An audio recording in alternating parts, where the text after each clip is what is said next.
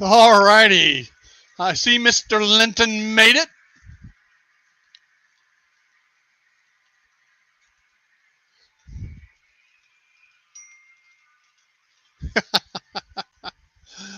Yeah, I was trying to help Mr. Linton figure out why he couldn't get in. His computer said it was scheduled for 3:30 p.m. I think his computer was set to the wrong time zone. I hope everybody can hear me okay.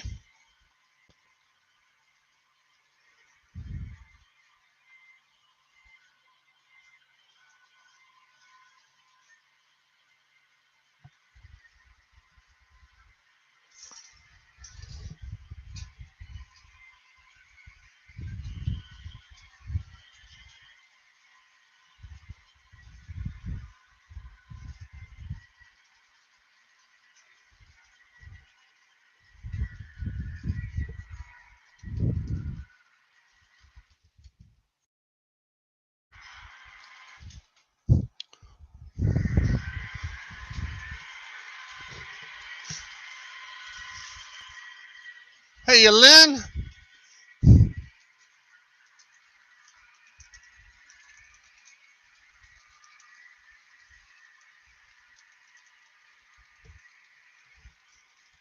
Whoops, lost part of my train.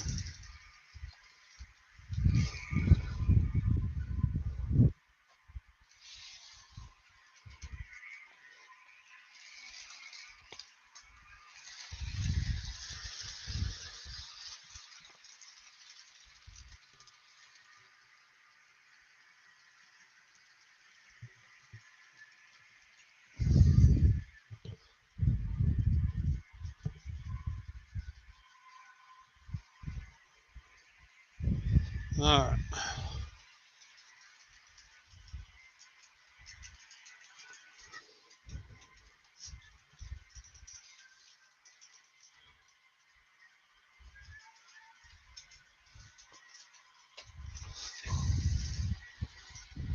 I don't know about y'all, but when I run more than 2 trains at a time, I get lost. And I've got 4 going right now.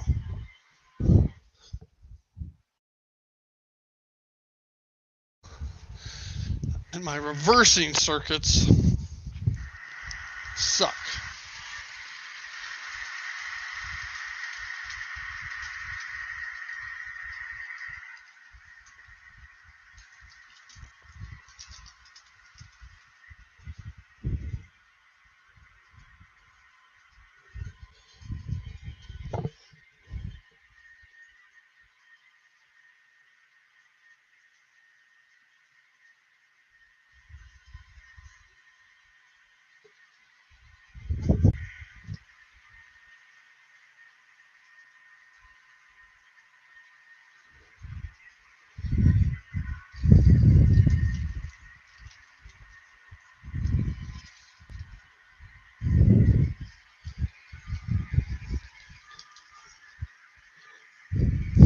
No, they're peach colored shorts.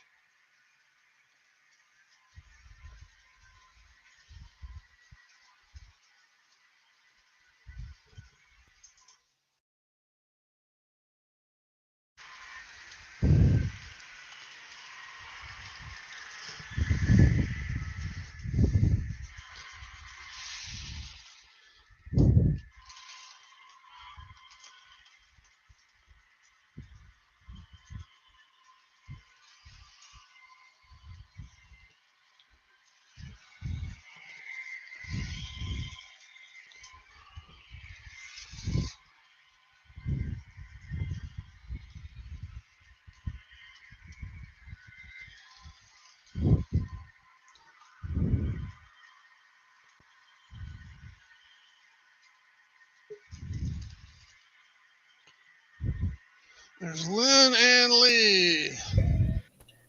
Hey guys. Hello, Steve. Hello, Len. Notice anything? What do you mean?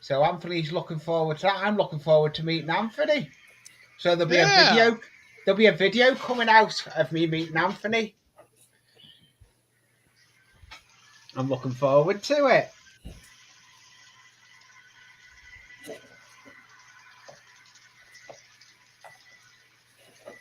Should be interesting to go and meet Anthony.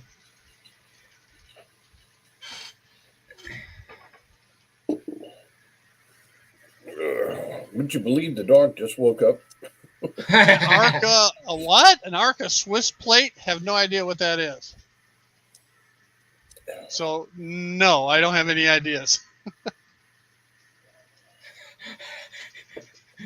Hello, Gorse. Well, good luck, Keith. Yeah, it Go to definitely Home will, Depot, Anthony. you need one of those. Steve, I'm not going to stay on because the dog's going to start wanting to really go out. That's fine. You know what I mean? Thanks for But- coming. Wanted to show you what I'm setting up. Notice the camera. Notice the desk. Hang on. Since Heath is here, Oh, yeah. along with an assortment of Sparky and Best Buy and a whole bunch of other stuff, I am finally getting around. I'm going to do a video. Okay. And Oh. Hey, Dwight. if Hi, I can get my wife's grandson to assist, he took audio visual. He can stand behind the camera. If not, I will try to do it myself. Where am I? There I am. I'm getting out some tools to work on it with. When all else fails, So- beat the hell out of it. Don't hold your breath for this to come out. This has been in the works since, I don't know, maybe Jason the Train Freak remembers when Bailey sent me to this, I think January, February.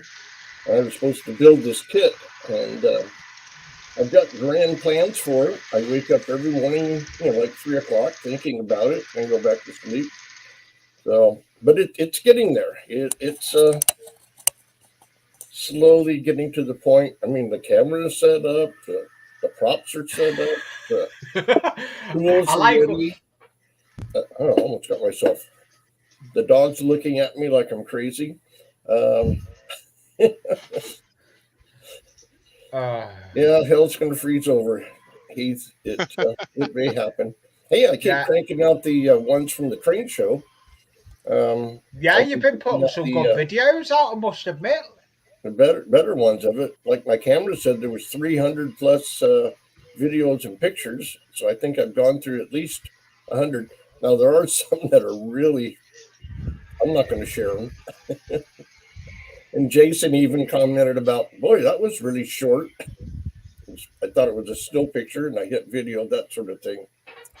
Anyways, I'm going to be around. I'll be listening. I'm going to let the dog out, get my first cup of real coffee. This is left over from yesterday, but whatever, I get the pills down in the morning. Anyways, just wanted to stop in, share my clothespins, and got my curlies going. So I'll be here. I'll just be hanging out in the background. Yeah.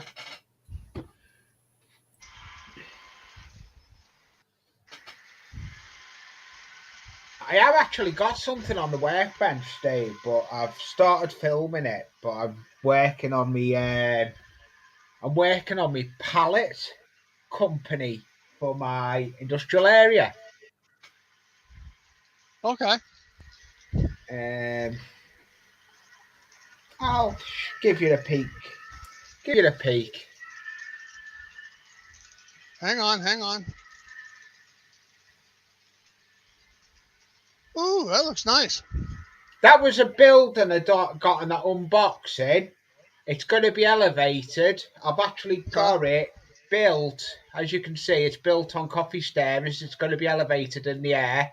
And I've storage underneath it. You'll see how it's going to be done on the video. Okay, cool. You can take me off big now, Steve. It will do, John, when it's done. It's just going to take time. I'm just trying to get back into the swing of doing scratch building again because I've been away from it. I've forgotten how to do stuff.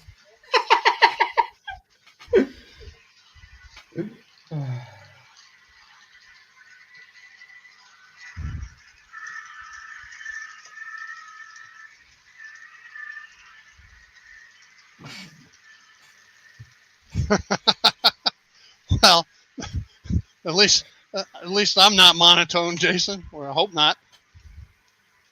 I can be pretty animated. Give me a beer and I'll be real animated.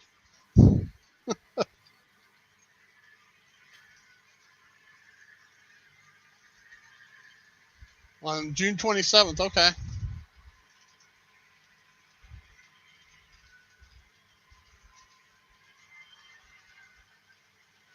So how many YouTubers have you met so far, Anthony?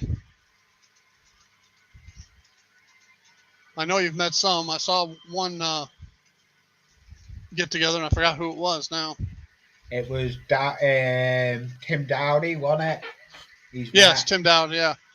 Yeah. That's who it was. He's met Tim Dowdy twice. Ah.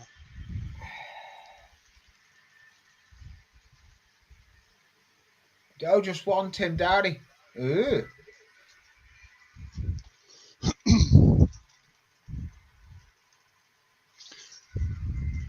He's only met one so far.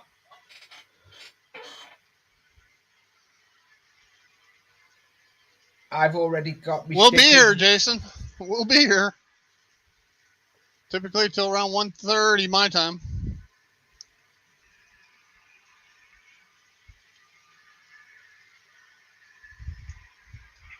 Throw up the link and then you can join us. He's meeting Alan tomorrow from Dragon. God, he's Dragon Junction. What videos are going to get created in that shed if Anthony's going to the shed? Yeah. That's going to be a video and a half. Alan is hilarious, I gotta admit. Oh yeah, Alan is. He gets to giggling. Oh yeah, he puts some good funny contents out there.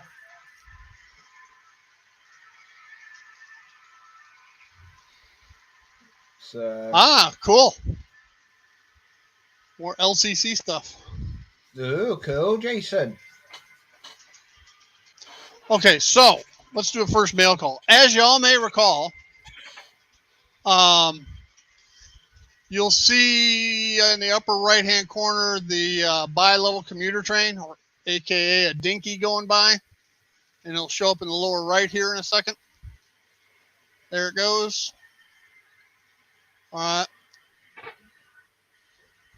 So I've put together a tip of the day on this, but it has been quite the experience since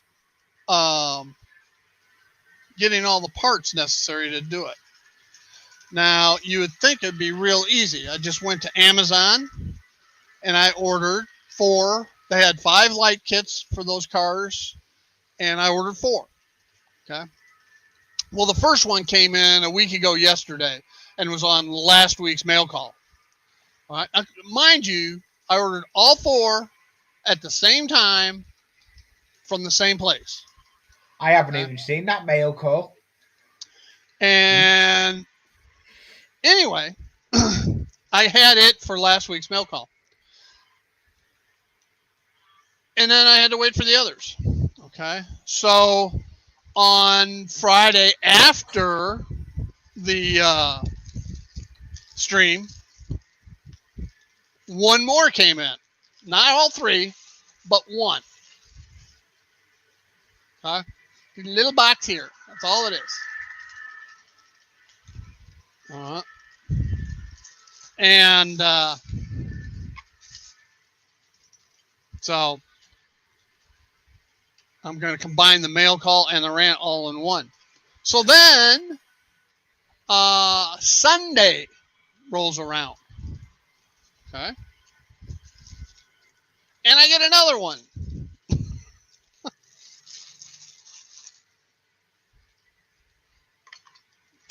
Okay. Now, again, I bought them all at the same time from Amazon. Now, just because you buy something on the Amazon website does not mean you're buying from Amazon. You're just paying Amazon, and they get their percentage of what the actual person is. But all four were from the same vendor. Okay, Fun Hobby Japan. Okay, so that was on Sunday. Didn't get anything on Monday. So then on Tuesday, I could finally get the fourth one. Okay. Now I've got the order and the invoice, and they're all from Fun Hobby of Japan.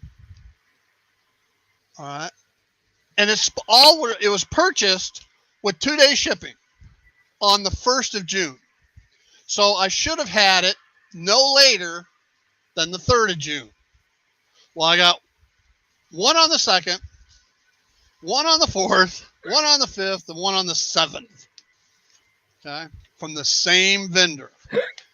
Shipped out of 4 different locations in the United States.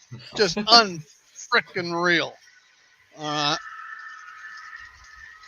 So when I get that survey notice, what did I think? You can rest assured I'm going to go off on them.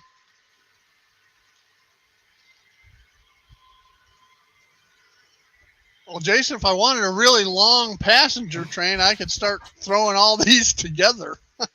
A matter of fact, I've got 3 more Burlington cars I could add to the Zephyr. Okay, and I could intermix in the heavyweight cars, which is another 7, plus the Excursion, another 2. So let's see, that's 7, 8, 9, and 7 is 16, 17. I could have 18 cars that are all Burlington that could, in theory, run together.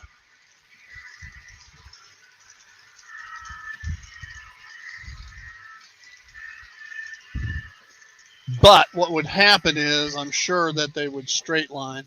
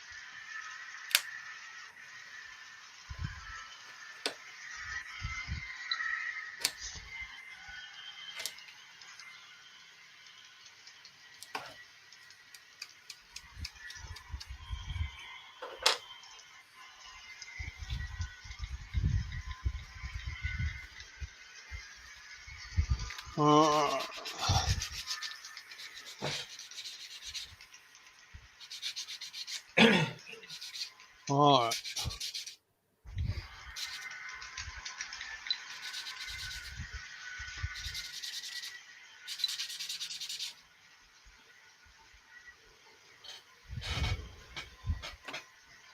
Okay.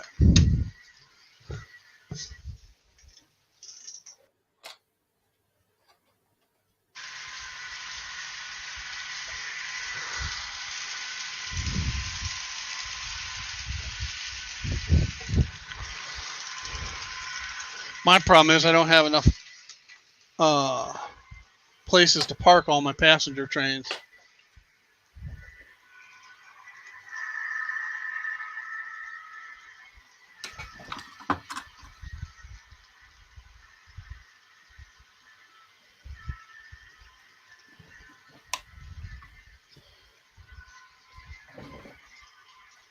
I need a Rock Island rocket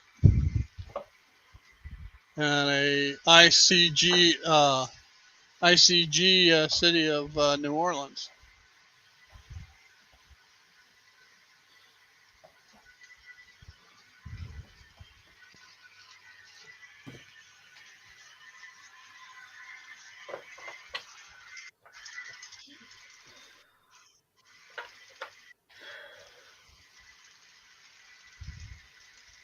This Your is the like your cab over has that much pulling power? That's on the straight level though, right?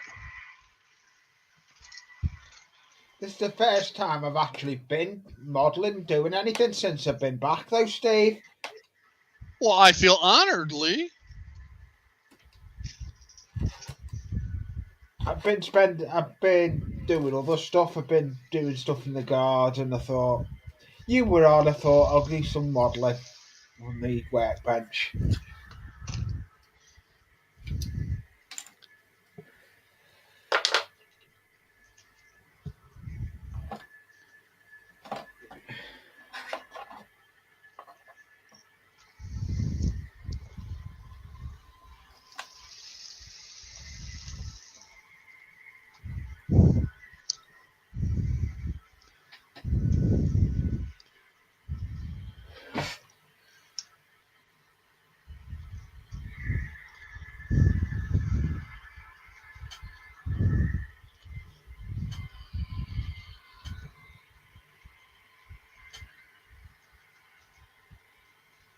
Thinking, heck, that's some wheels. That's 16 drive wheels.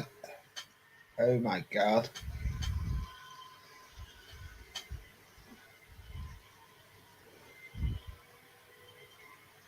Ah, okay. Because I know Back my that steamers won't pull much without traction tires. yeah, I have that problem. I've got my high Mac. I think the most that high Mac will pull is it'll do 40 co-loads. Other than that, it'll start just spinning on the spot.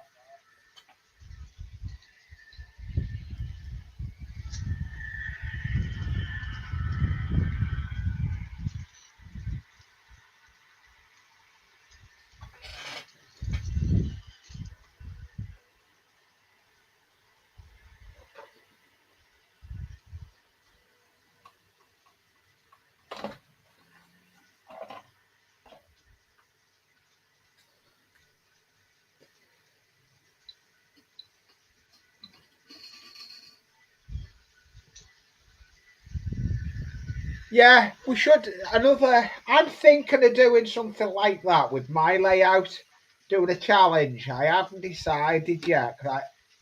I wouldn't mind trying to do something, see what I can pull, and then see if anyone can beat it.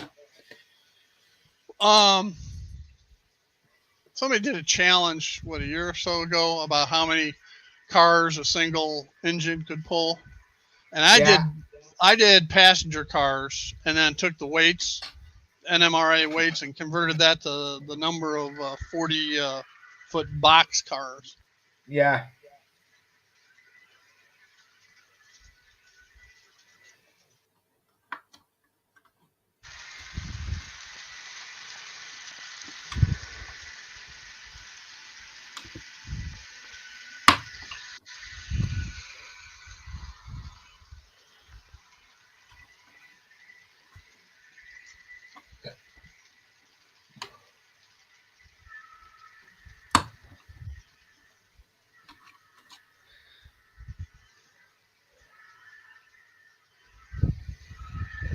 All right, now that I got that It guy was it was Ulkin changed Wilmer. around. It was Ulkin Wilmer that done it, Steve. Oh, okay. All right. But I done it as well. I done that challenge. Can I say I remember doing that challenge. It was a good little challenge.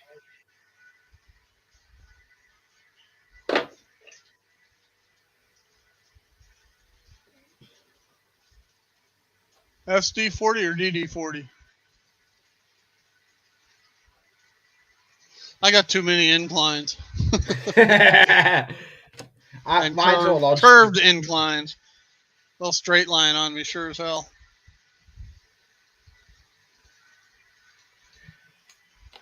Yeah, I don't. The longest straight I think I've got on this layout, off the top of my head,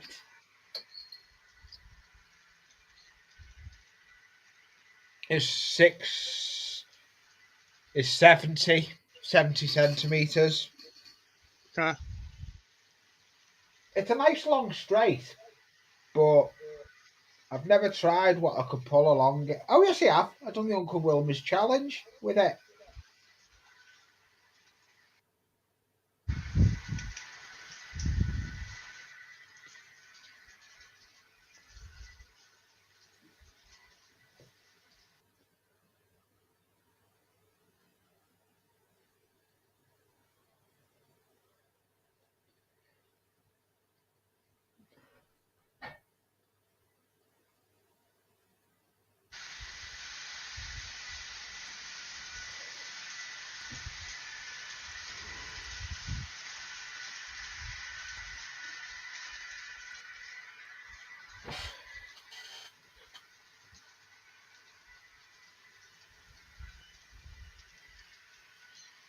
Your layout's come on well now, though, Steve. Yeah, I've got a bunch of videos in the can that I've got to I haven't. I've got get out. videos there. I could bring one out, but I thought I'm going to start bringing fresh out next week.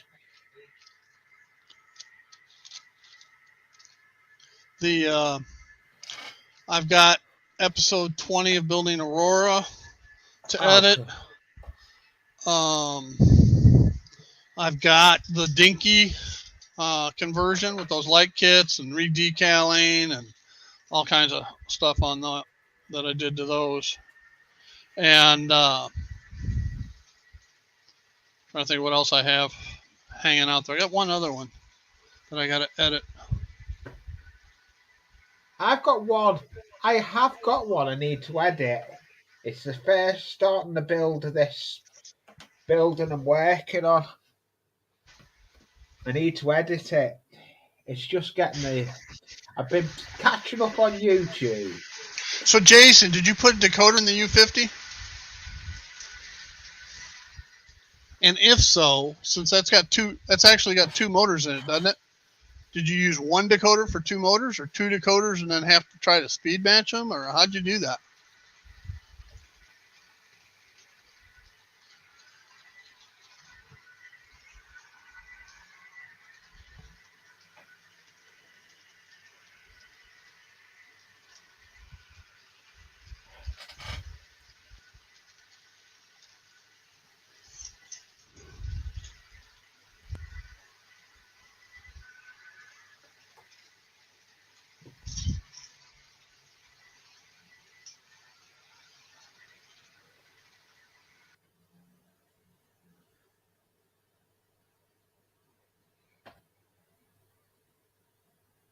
Oh, okay. All right.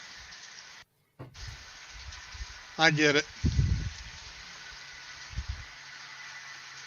Didn't the Athearn DD40 actually have two motors in it? Okay. That answers that question. I presume it's a Athearn. So how are you going to do that sounding? I mean, how are you going to do that install?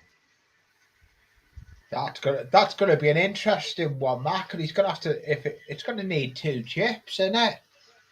Well, yeah. I don't know. I don't know what the configuration is like on them. Yeah, I don't, because I'm not DCC. So I'd like to go DCC, but it's all money. My loft layout would be good DCC because it's a big layout.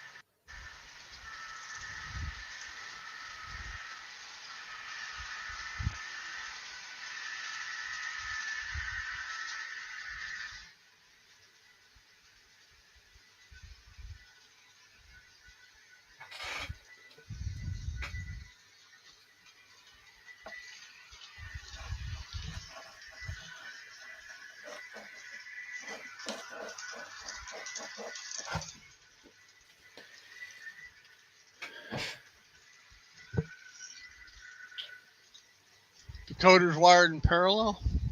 Huh.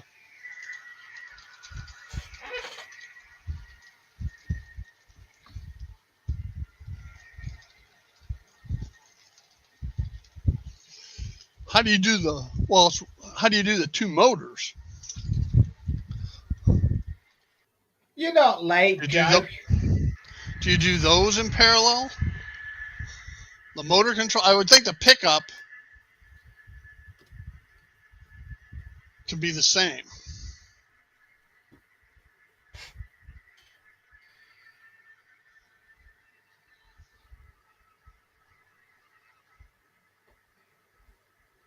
I'd just be worried about the motor control being synced.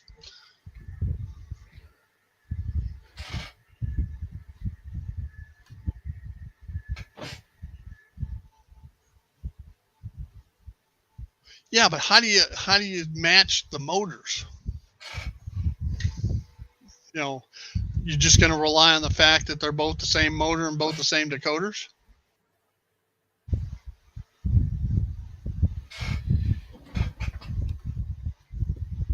Or okay, so you're going to have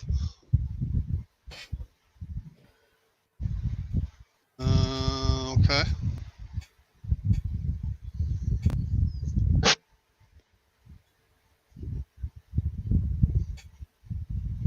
Yeah, the new Genesis motors don't take a whole lot of amps.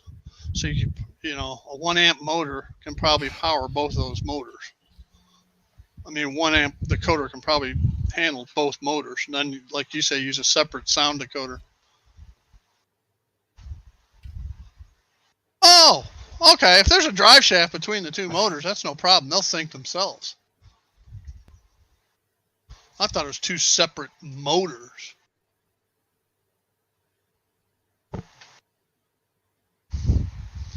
Yeah, if the motors are tied together with the common drive shaft, that's not a problem.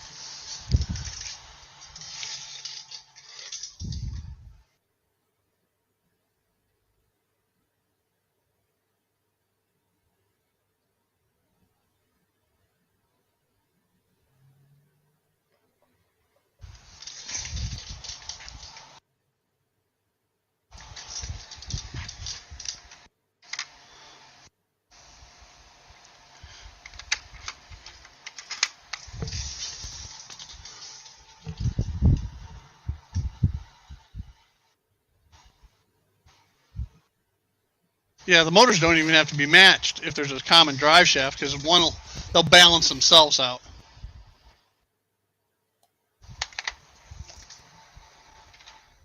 May have one pulling slightly more than the other, but that doesn't matter because the end result on the drive shaft will be the same.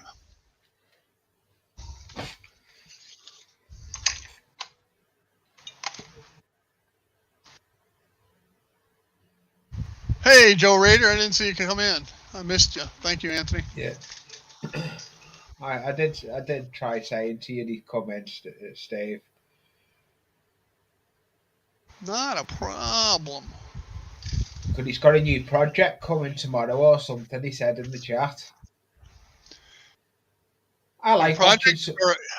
He's probably got another box from Caboose Stop Hobbies, which reminds me. He probably has. He probably got another box coming from Caboose. Yep. Which reminds me, I gotta call Carol too. Uh-oh.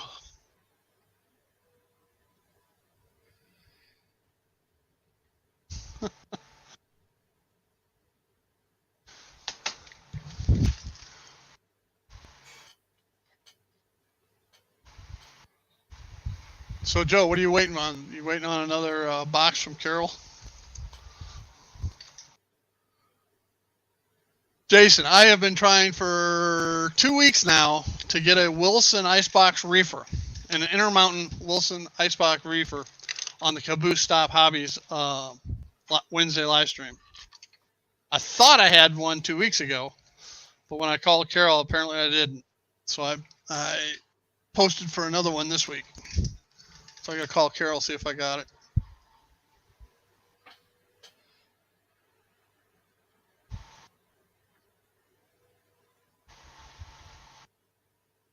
I got an RS3. I love that as you call it, rattiness, because that's a great description.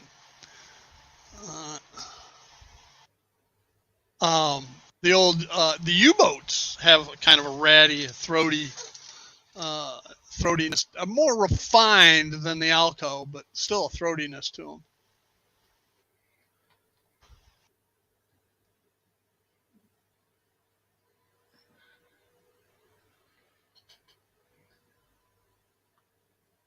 Oh crap! I forgot to do something.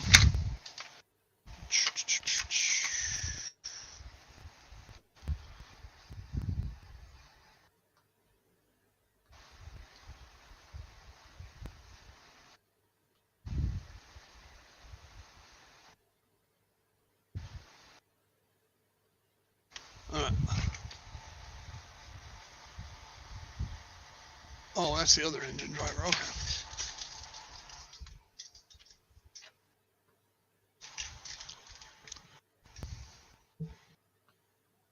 I don't know which way to look.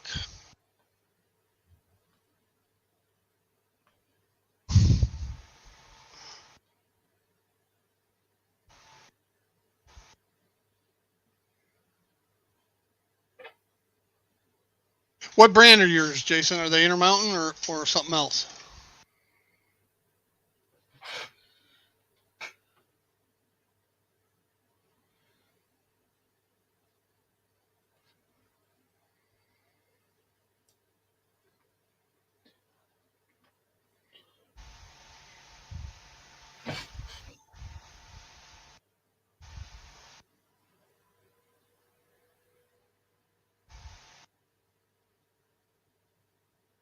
I got one RS3 with a economy decoder in it.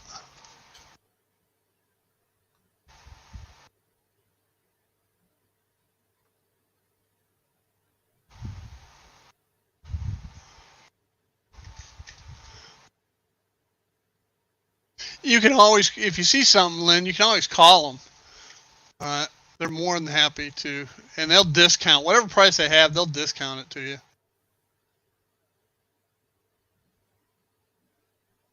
Oh, okay. You don't have any Intermountains? I was hoping to get one with the same one or two with the same numbers you have.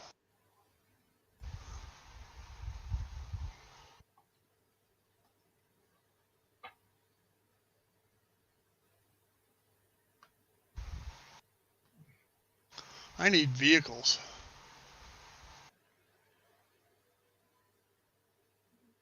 Hush, Joe. I've been trying to buy those Intermountain Wilsons for ages. Every time I think I have one, I call Carol. Oh, no. I don't have you down for that. And I go back and I look at the video, and nobody else posted for them. But okay, that's just Carol and crew.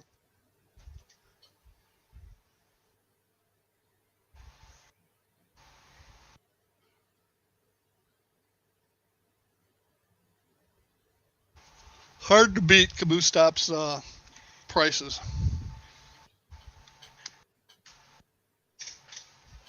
They do look like they've got some good stuff there. I have looked at their auctions. Yeah. Now they don't have a storefront. I mean, a website store. It's just done on the YouTube. Yeah. And kind of a unique way of doing it. I know, Joe, and I bid on both of them. So hush, Joe, hush.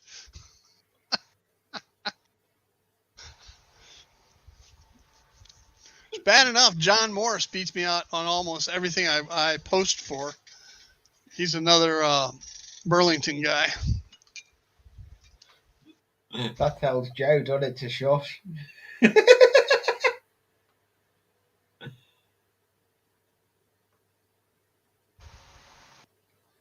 Yeah, I know you're coming to Tampa in November. We still need to work out those details, Lynn, because you're not getting through Tampa without us getting together. That's for sure.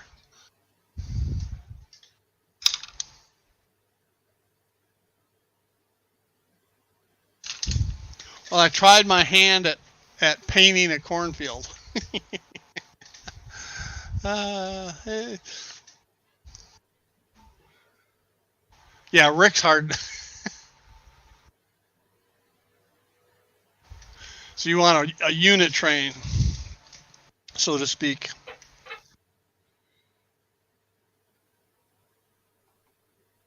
From the slaughterhouse to the processing plant.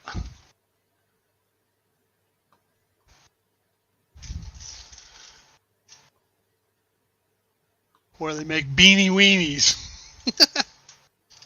Yeah, where they make beanie weenies.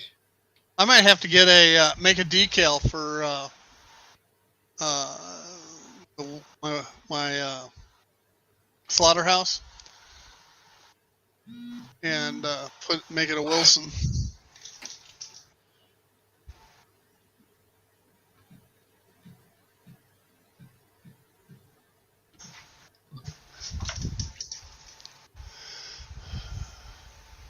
Yeah, I'm running out of room to park stuff. I'm gonna get a for this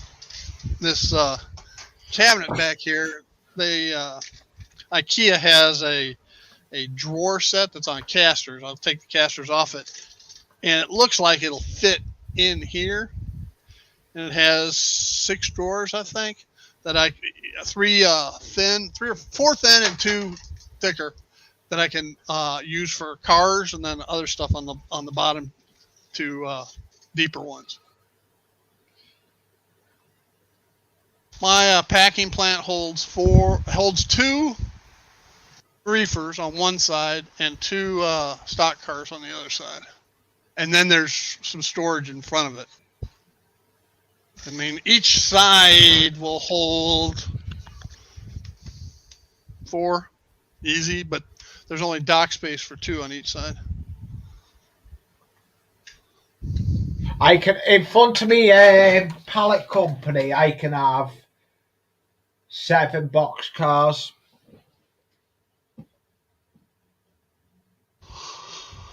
And that's on the platform itself, the loading platform.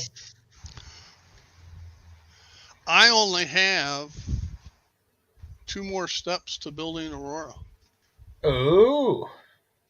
Well, 1 step, actually 3, but 1 is already done. It just needs to be edited. Hello, Flying Crow.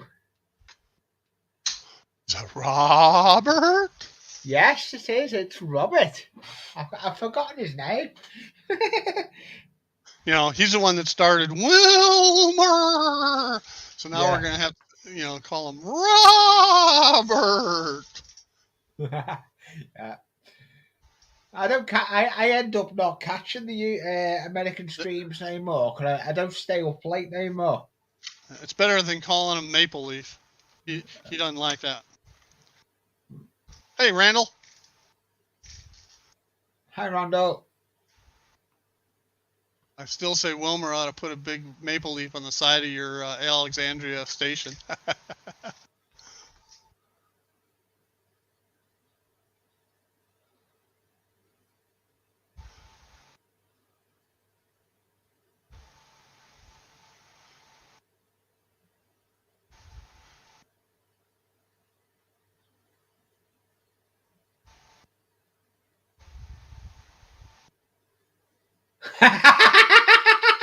I like what Dwayne's just plot flying chair.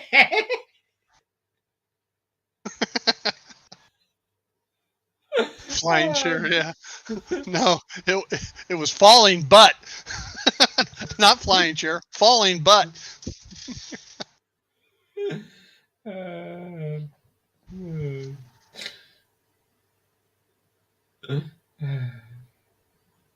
And I see Robert has said I've unsubscribed from you, Steve.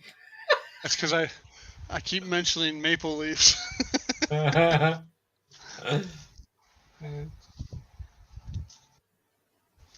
Robert, if it's any consolation, all you have to do to get even with me is keep mentioning Cascade Green.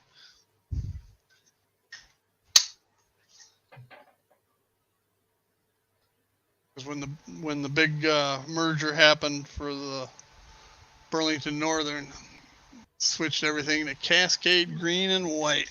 Yuck.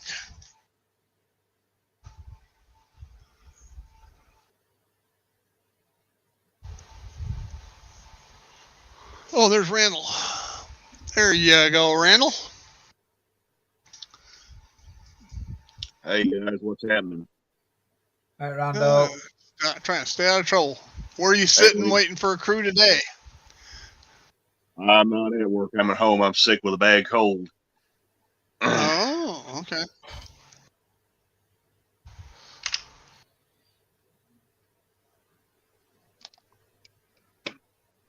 Yes, Cascade Green.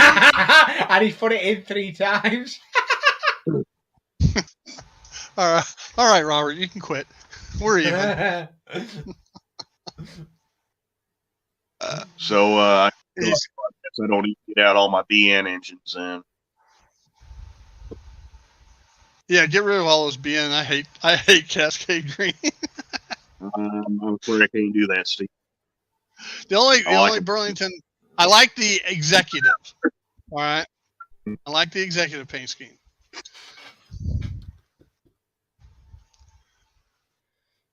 Yeah, that is a good scheme. Wound up And I getting like a final scheme BNSF. for the BNS. The BNSF is a good paint scheme. I do like that BSS. BNFF, whatever you just said.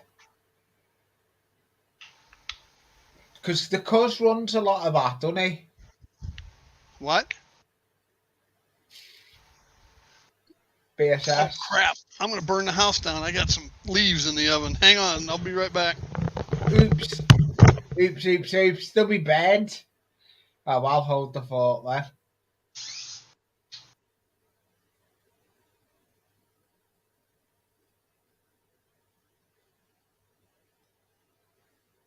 The crimson, green, and orange.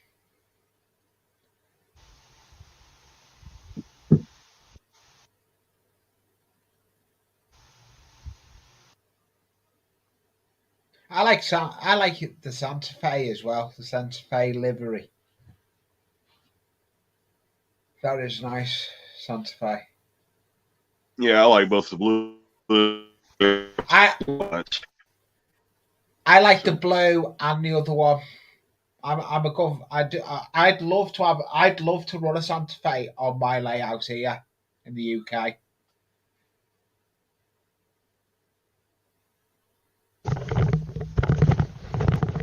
Couldn't hear the time. Yeah, couldn't hear the timer going off. Have you cremated them? Have you cremated Now the the leaves? BNSF does not use Cascade Green. It's a different green, more of a forest green. They use a black and orange scheme now. Is it black? Yeah, when they switched to the Heritage 3, it changed from green to black. Okay. The H1 and H2 schemes are dark green.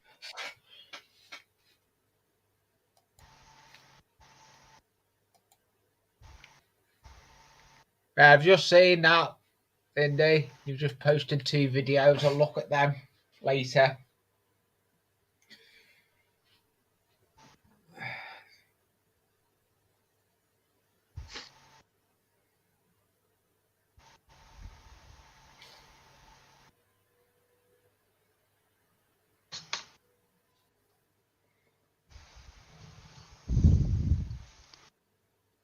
No.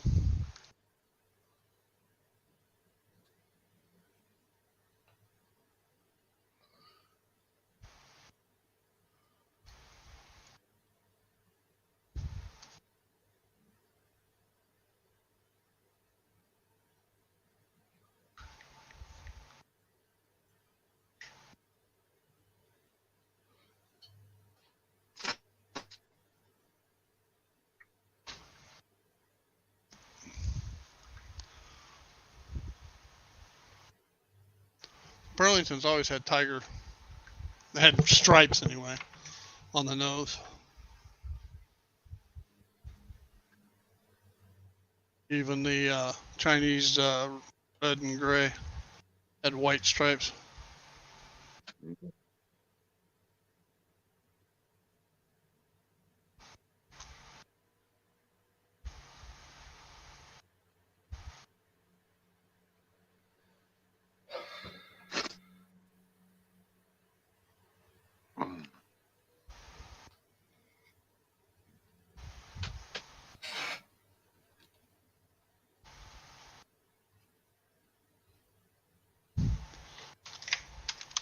Oh, Jason, that tiger stripe scheme. Yeah, that's a nice scheme.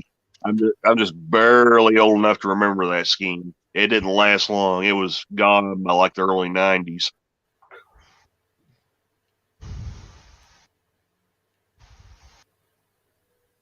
But yeah, that was a cool scheme.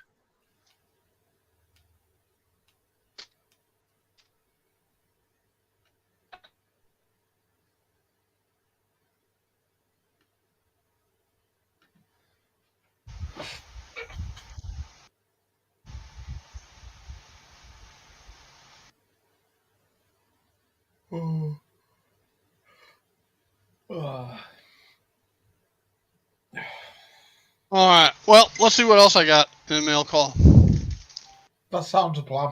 Seeing as though I can't work and I need it on the bench and waiting for the adhesives to dry, so my bench has got stuff on it, but I can't work on it because it's waiting for the adhesives to dry. Hmm.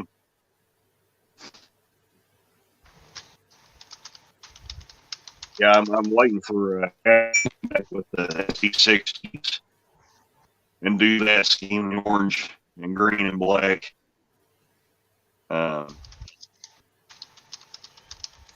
that would be a nice one to bring back. Of course, I wouldn't Hey, mind to Randall, bring back GP50.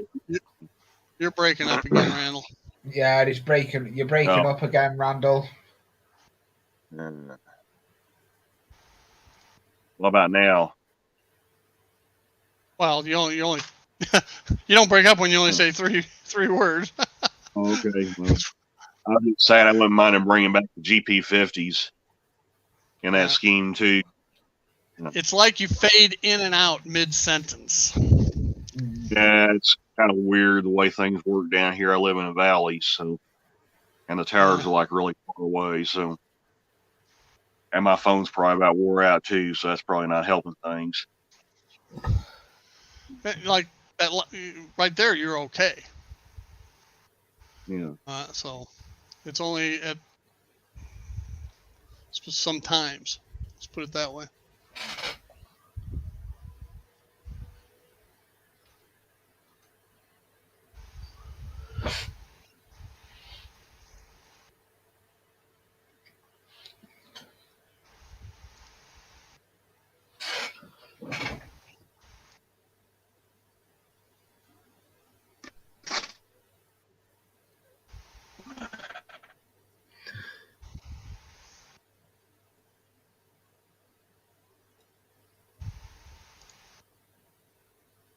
Oh.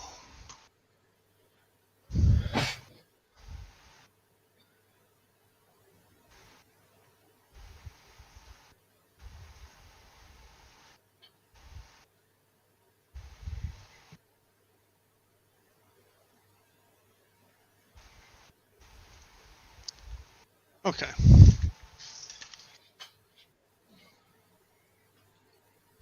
I like the Burlington Blackbird scheme. Oh yeah. Good one. Everywhere west and home of the Zephyrs. All right. So what's next on the mail call? Some of you may have watched the Spine Car TOD earlier this week. What, Tuesday maybe? I think it was Tuesdays. And one axle was out of round and it made that car wobble. So I went ahead and even though I keep 33 and 36 inch metal wheels in stock, so to speak, I didn't have any 28s. So I had to order some 28 inch metal wheels, KDs. So, and the bad thing about those front range spine cars are they're single axle. So as you back them, there's not enough resistance to keep the wheels from jumping the track.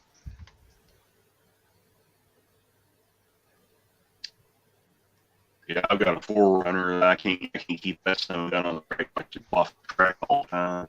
Yeah, So Randall, you're breaking up. Can't Yeah, understand you what you're saying. Well, I was just saying, I got one of those Forerunners that you put a trailer on, and it won't stay on the track to save your life. So, I mean, I weighted the trailers down. There's no place on these front range to add weight. Literally, no place. And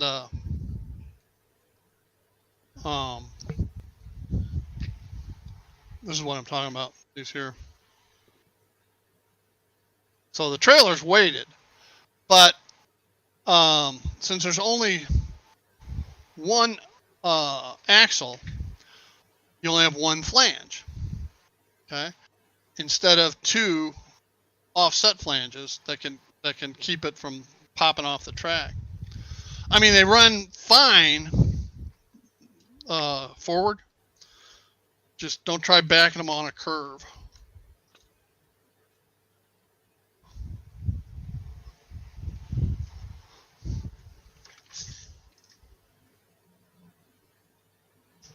Clown nose locomotives.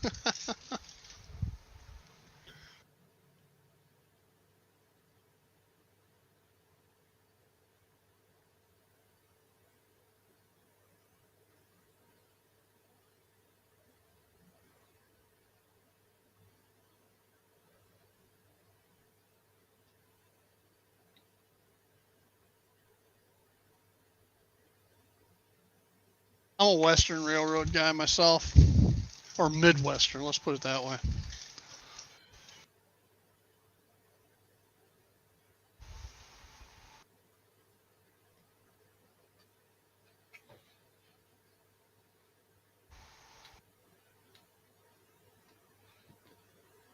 Yeah, put a foam clown nose on your GG1.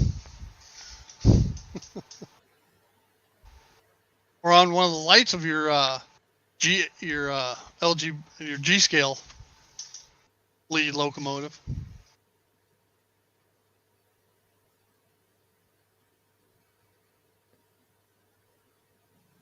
Yeah, Joe, I'm not sure taking those two little pins on the sides off benefit. That may be part of the problem with them backing.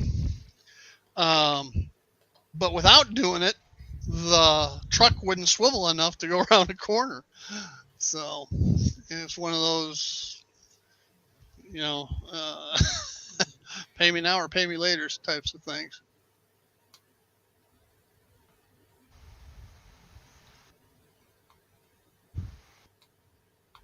That's because the UP, okay, just so you know, the UP headquarters back in the day was in Council Bluffs, Iowa. Okay? That's Midwest. Even Nebraska, you could say, is Midwest or Plain State, but and besides, they bought out the Chicago Northwestern, which is Midwest. So there.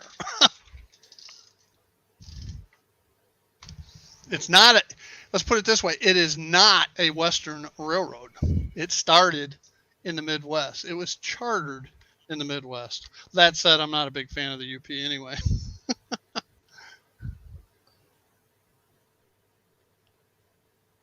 All right, Jason. Be safe.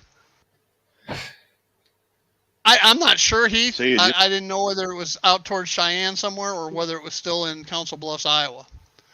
I know at one point in time it was Council Bluffs, Iowa. Somebody could GTS that and find out. Omaha, Nebraska. Well, guess what? Omaha, Nebraska is right across the river from Council Bluffs, Iowa. So they moved their office a mile.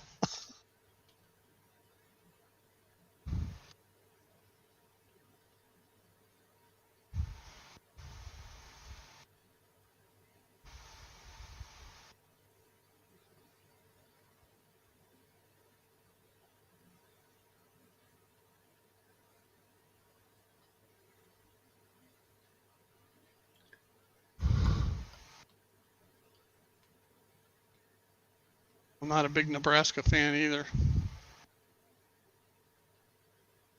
That was our big football rivalry when I was in school. I was at Nebraska.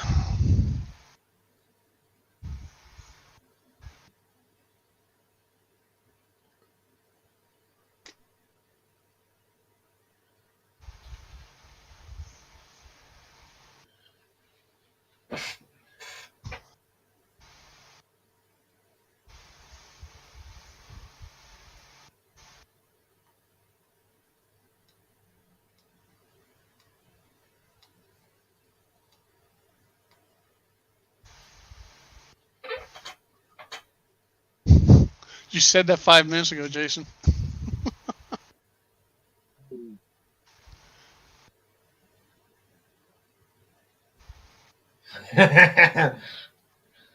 He comes back like a bad penny.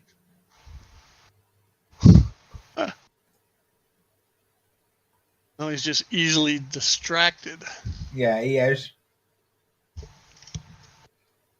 Bit like me. I come back like a bad penny.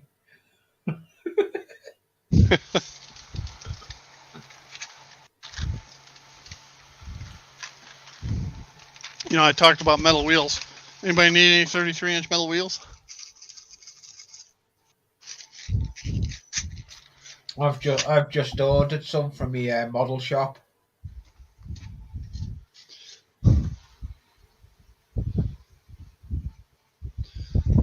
You know, I see people buying metal wheels all the time.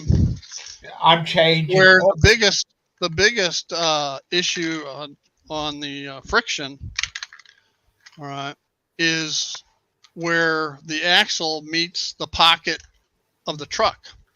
All right, so utilizing a truck tool, axle bearing reamer. This set's by DCC Concepts from Iron Planet Hobbies, I might add. No, I'm not giving them away, Heath. They're too expensive to give away. But anyway, the best way to improve the roll is by reaming out those pockets.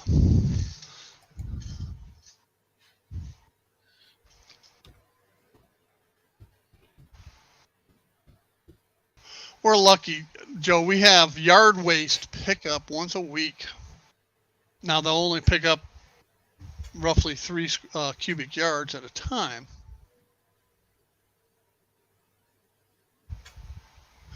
Yeah, and you couldn't get 36s hardly either for a while.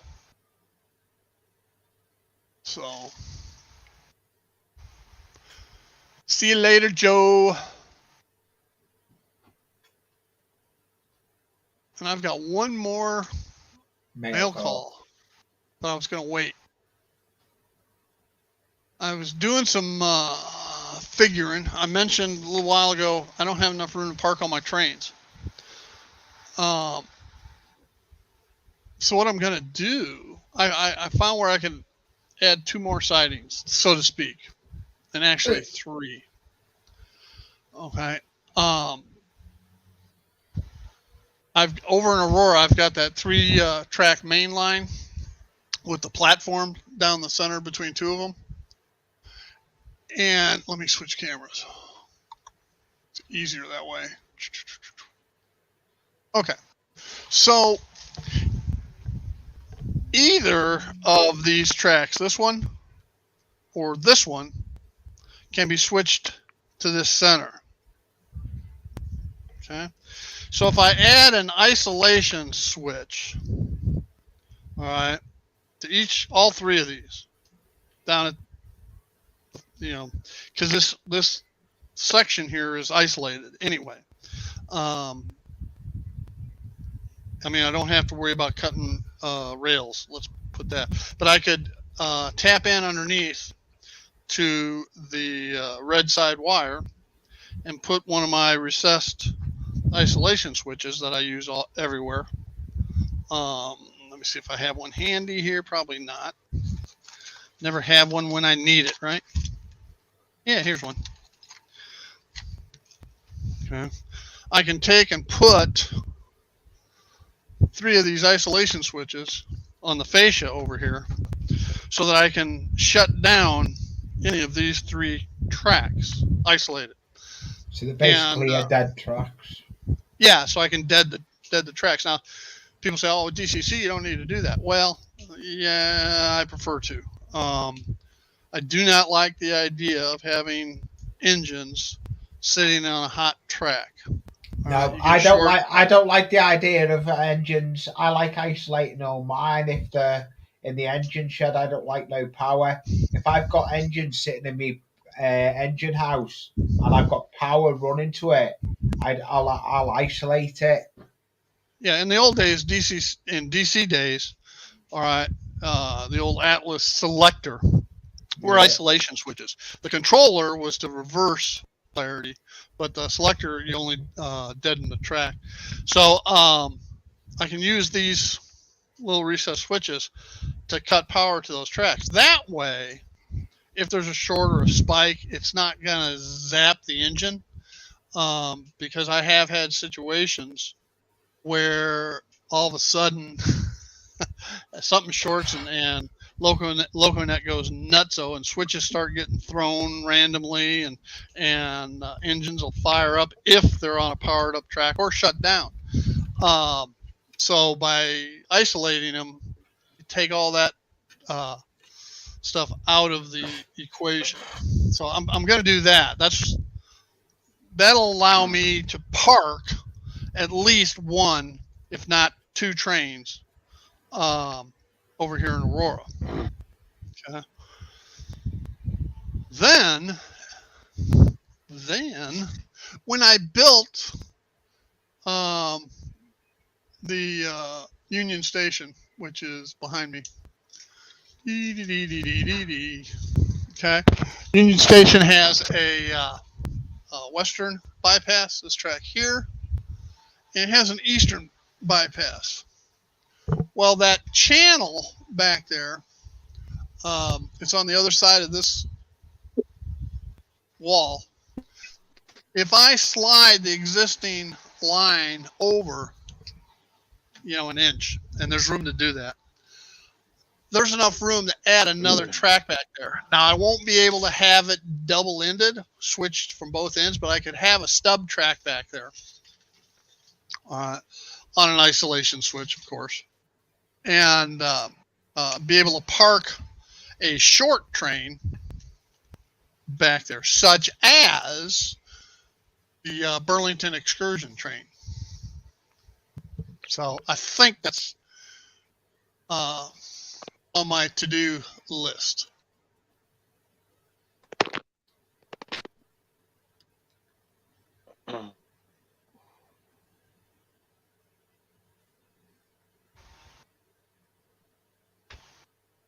The LED should not create an issue, I don't think, Keith.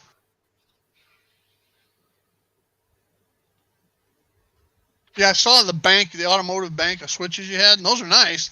They're more expensive, but these little things are cheap. Cheap. And they recess, so you can't snag clothes or anything on them. So,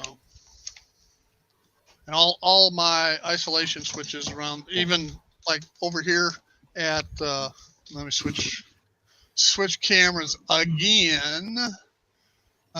This one. Nope, not that one. Not that one. You've done the Not wrong that one. one. Where's the one I want? This one. If I come over here, see them? Those are all isolation switches for the roundhouse. The roundhouse, the fueling, these 2 down, lower right are for the fueling island. The upper right is for the farm siding, and the one in the center down below, that just shuts down the turntable itself. Because I don't want it getting fried either.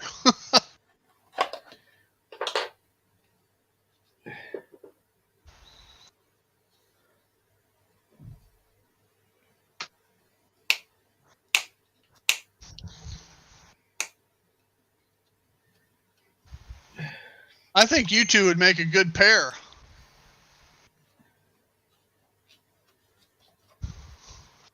Yeah, I saw which ones you were using, Heath. Yeah, with the lights on them to tell you when they're powered.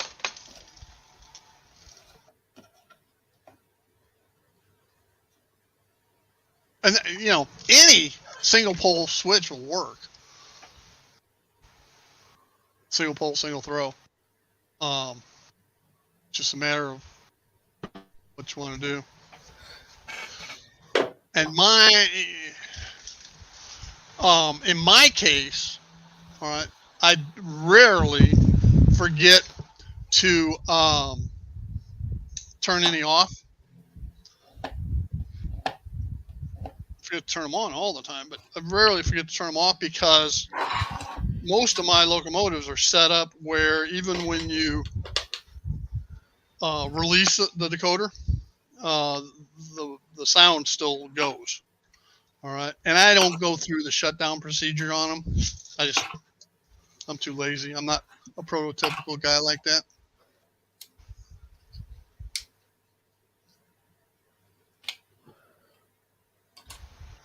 Why do you want double pole? Because you only have to break one side.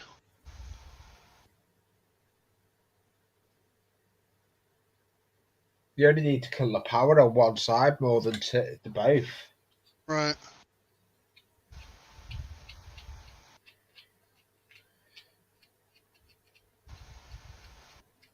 Oh, okay. Because you can get. I mean, I've got indicator lights and for my hang on, find them. Find them. Oh, here they.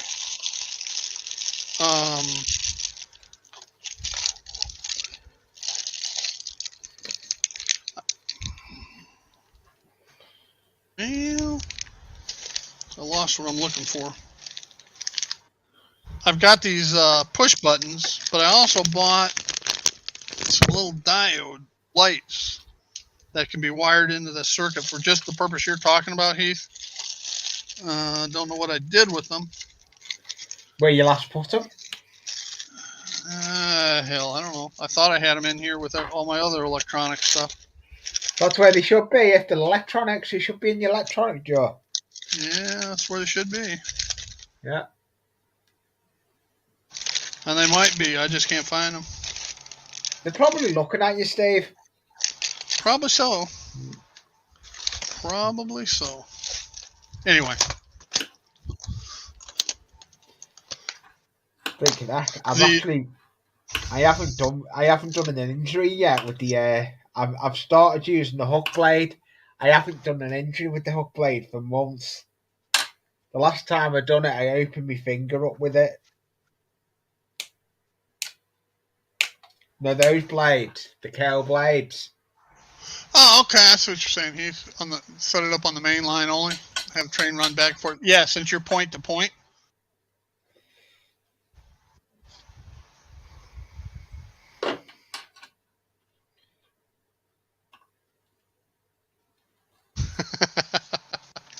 I hate it when that happens.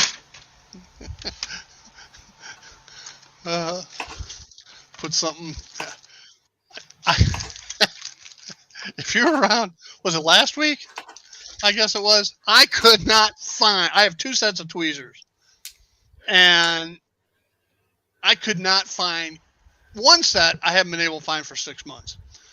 The other set, I couldn't find for a week, and I finally found both pair on the same day. I know where mine are. Mine are in a tub on top of the workbench.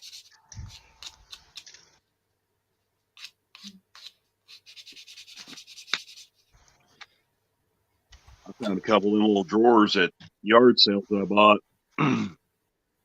I put my stuff in that, keep me from losing it. Because, man, I can lay something down.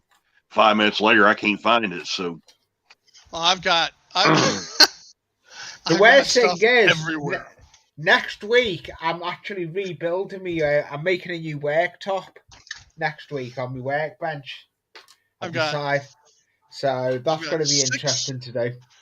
6 drawers and a chest down here. I got 3 drawers that are portable back here. I got 2 cabinet things underneath the desk. I've got storage space underneath, two sets of storage spaces under the turntable. I got all this cabinet space, and I still can't find stuff because I brought half my tools from the garage, my workbench area, in here, so I didn't have to run back and forth out there all the time.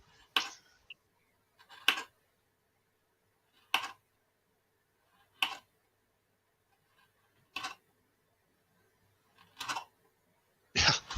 When I finally set my garage up, and I unpacked, you got to remember, I have moved since 1985 when I got married. I have moved 1, 2, 3, 4, 5, 6. I moved 8 times. Okay. That's a lot. And yeah, and when you move and you got boxes and stuff, well, you need something, and you don't know what box it's in, or it's in a box you can't get to, so you go out and you buy something else. All right, you buy another one. I had a whole, I pegboard my garage, and I had a whole half a wall full of screwdrivers. And I sent a picture to my son. I said, how many screwdrivers does a guy actually have? And my son, who's a mechanical engineer, wrote back and said, 1 more than you have, obviously. Then you're talking about 2 big switches for turning power on and off. My whole layout, all right, is controlled by 1 smart switch. And the friendly A girl controls that. It's the layout is set to come on every morning at 5:30, and it comes on. And since it's dark, all right, the 30 seconds later, all the lighting effects across the layout come on. The lighting in the room is on another smart switch by the friendly A girl. So those come on at 6:30, and I mean it's like bright light, because both my wife and I are up by that point in time anyway. And then my pigs and my hogs are both on smart switches too.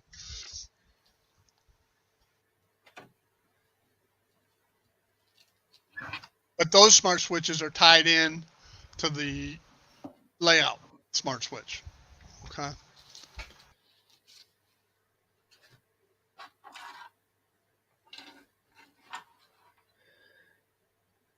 I don't know. You can use a double pull, double throw off of off of the tortoise for DC. No reason why you can't do that, Heath.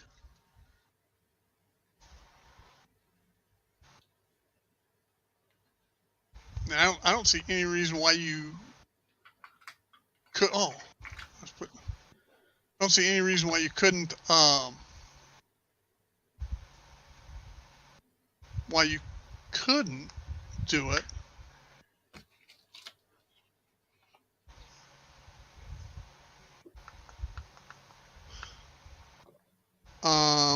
As long as it is, if you have a double pull, double throw to reverse polarity for the track on the DC, you better make sure that the frog juicer is after the double pull, double throw, that it's on the same feed line as the track, not before the double pull, double throw. But otherwise, it should. Hey, Bernard. Hi, Bernard. Hey, Bernard. That's absolutely right, Bernard.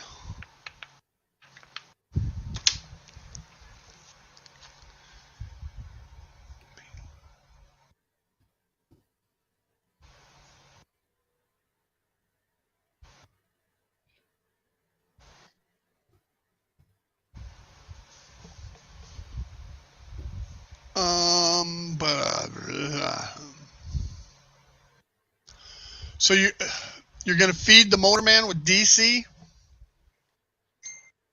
Keep in mind, I've got that extra switch plate. So however I feed it in, I mean, I'm feeding in DCC, but it will still do DC, it says. I just haven't ever tried it.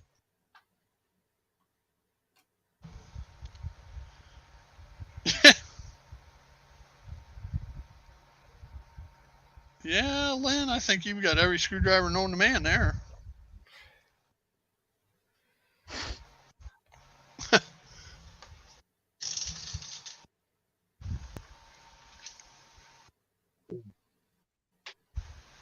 As long as it's got DCC feeding in, correct? Or does it just well, it may do its own DCC. I think it does, because I don't have to have my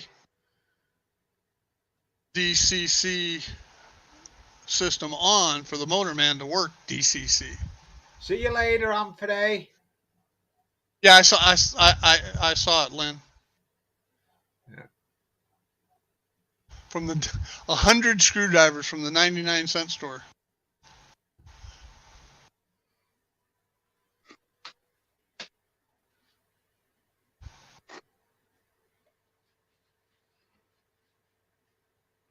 I don't know. He was here earlier.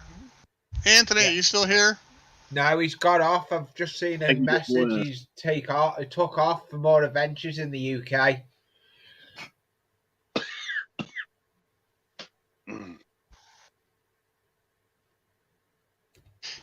A lot of that though, Lynn, is those little inserts that go into the hex driver type thing, correct? The little heads on them.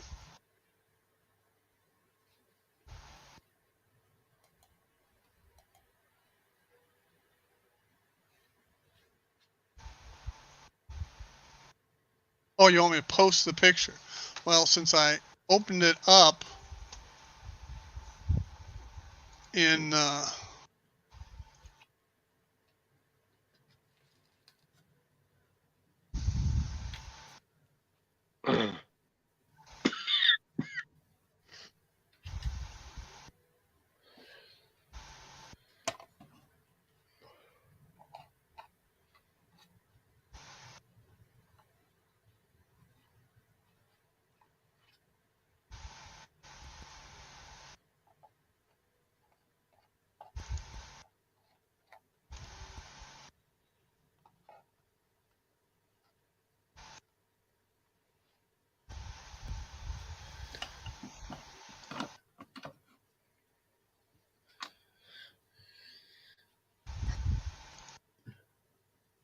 well, crap. I'm What have working you on got? it, Lynn. There. I know your screen's gone.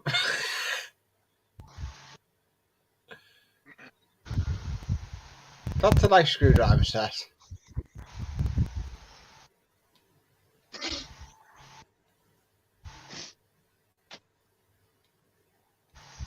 $25 plus tax. That's not bad. That's not bad for a decent screwdriver set. You can never have too many screwdrivers. No. You always need one more than what you got, according to my son. I got a screwdriver set, just one handle and a bunch of bits. I really like that one.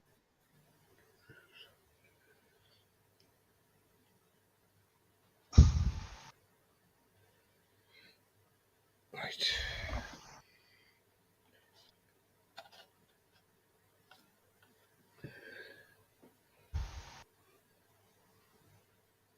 Oh, hell, I didn't see Jason come in. There he is. It's about time. I didn't see I You mean, get I've that- been wanting to ask you what you was going to go screw. him. As a matter of fact, I've been looking at the figures on eBay, and there's a company out of Indonesia that sells Kama Sutra position HO figures. I'm thinking about when I get over here to Chicago and I put the hotel in, having different displays going on in the windows. So I got to show you this really cool locomotive real quick. I don't know if you're how good you're going to be able to see it. Let's see if All I right, can hang do on. it. Let me make you big. Well, maybe not make you big. There we go. Hang on. There you go. All right. I don't know if you can see it way down there. Nope. It's a little speck. The little speck. All right, let me try a different camera. Maybe this one will zoom in. Oh, that actually made it worse. That's zoomed out. Okay, so I had the right camera to begin with. All right. It's okay. So there, you can see the truck parked on the side of the road. Yeah, it's behind it. Behind it, that is looks like a Peterbilt with 2 gondolas behind it. Maybe no, 3 gondolas, if not more. So it's got road railers on it. Yeah. Okay. And it's got a coupler on the front, and then on this side, it's going to be hard to see. See But- something white. Okay, so the white thing, that is the electrical box. It's just to the left of it. There's another gondola over there with like a bucket, like a backhoe, clamped onto the top of the gondola. I see a yellow car. Is that the one you're talking about? Behind the stop sign? That one, no. Over there. No. Oh. Behind the stop sign, there's something. Nope, that's a caboose. Okay. Is it a caboose or a caboose? That caboose just sits on the side of the truck. It's no longer in operation. All right, I'm going to get out and see if we can see a better look of it. All right, it's straight that way.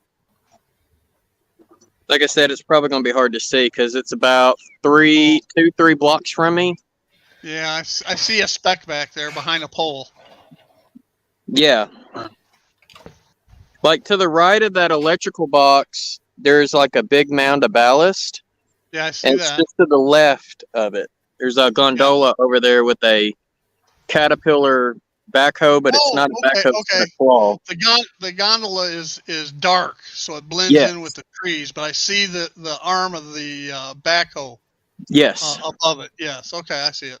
Yep. And then there's some maintenance away equipment right here. Yeah, I see that.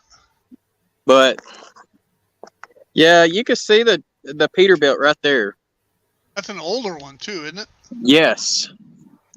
I would think like 80s model. Yeah, I was gonna say older than that, almost like an 80s Mac. You know, it might be a Mac. It very well could be a Mac. So I'm actually sitting in Austin today because I had to go to the post office. All right, I'm gonna change my camera. Hope y'all don't get too seasick. All right, there we go. Climb in my truck. Yeah, I had to go to full, not just you solo, but full screen to see that stuff. Yeah. Now, yesterday I had a maintenance away parade, and I will be posting that on YouTube. It'll probably get uploaded in a couple of weeks. But their maintenance away equipment has more than just a horn. They've got sirens now. Really? Yeah. Oh, I look forward to seeing that, Jason. So it's definitely going to be interesting. It is looking scraggly, isn't it, Heath? Oh, he's talking about my beard. Yeah, it is. Yeah. His beard is looking scraggly.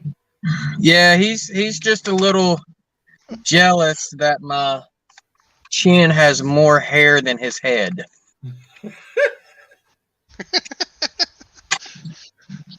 A lot more. Couldn't resist. Amanda doesn't love that beard. Have you ever listened to her talk about it? She hates the beard. But she understands what the beard has done for me. So No, I met a fellow YouTuber yesterday. Did you? And, Who? and yeah, sitting out at the track, and he was like, "You look familiar." He's like, "Are you the train freak by chance?" I was like, "Yeah." And then he told me what his channel was. He's the channel that I've been following longer than I've even had my channel. So I was like, "That's pretty cool." Dwight, that's too much information. Thank you. On his back, right, Dwight? That's what you're referring to, on his back. So I got these in today. Champ decals? Yeah, but Oh, a Codbell, okay. yeah, Ooh, freight hot reapers. dog. The you know what I've done? I probably shouldn't admit this on a There stream we like go. this, but when I order decals, I am Yeah. copying them and setting up a file of decals. And I figured out why decal sheets always have a blue paper backing. These don't. Because, well, all the microscale ones do. Yes, And, microscale does. And it's because if you copy them and print them on decal paper, they come out with that blue background. So you got to make sure you change them. Just take the paint can and white, and Well, these are it'll yellow. white out all See, these are like a yellow hue. Well, use the paint can on an editing software, and you put white to it, so that if you scan that and set up a file for them, Yeah. set it up as white, and then it'll come out clear.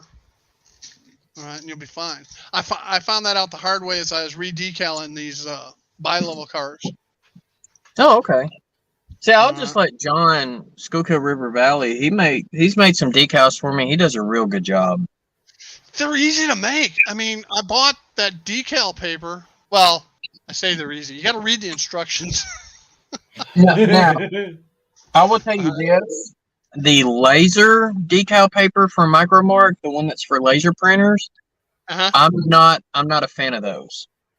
I just went on Amazon and bought a set of decal paper. And Yeah. This is for ink. You know, they had it for laser or inkjet. Okay. Right? This is the inkjet, and it says instructions included. I don't need no stinking instructions until they don't work. Then I did, because after you print them, you got to take gloss coat or matte and seal them. Okay. Otherwise, when you go to do the transfer, all the ink comes off. Yeah. It's the same decal paper John uses. So I got a big box here. I don't know if you saw it or not, but like I said, it's a pretty good sized box. Oh, okay. And what's It's in it? all LCC stuff. Oh, yeah. Okay.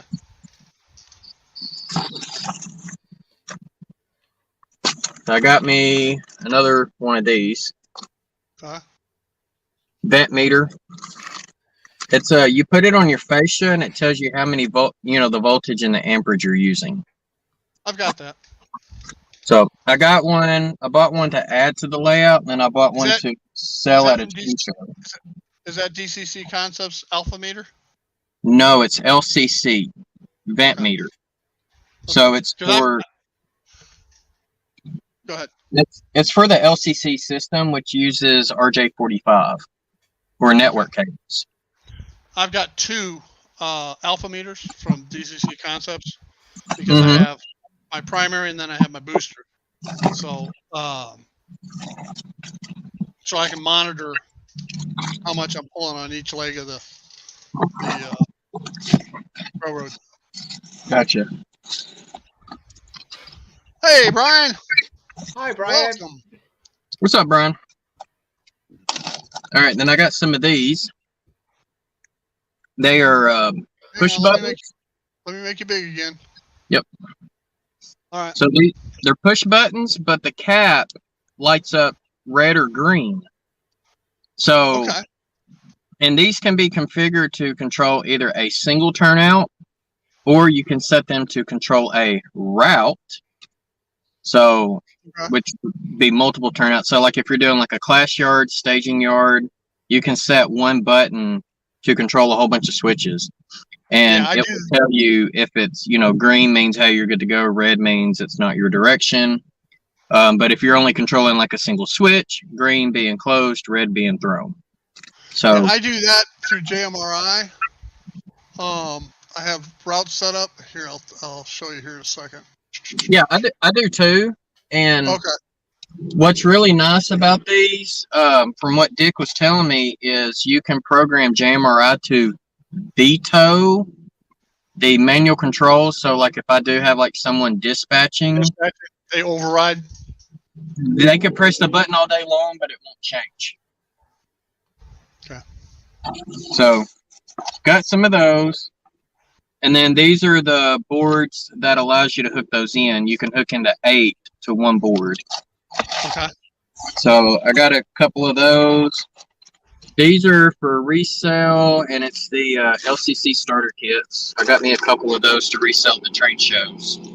Oh, okay. That comes with a power pack. Hold on, I got a loud truck here. You know you're in the South when everybody's truck has to have loud pipes, right? Yep. So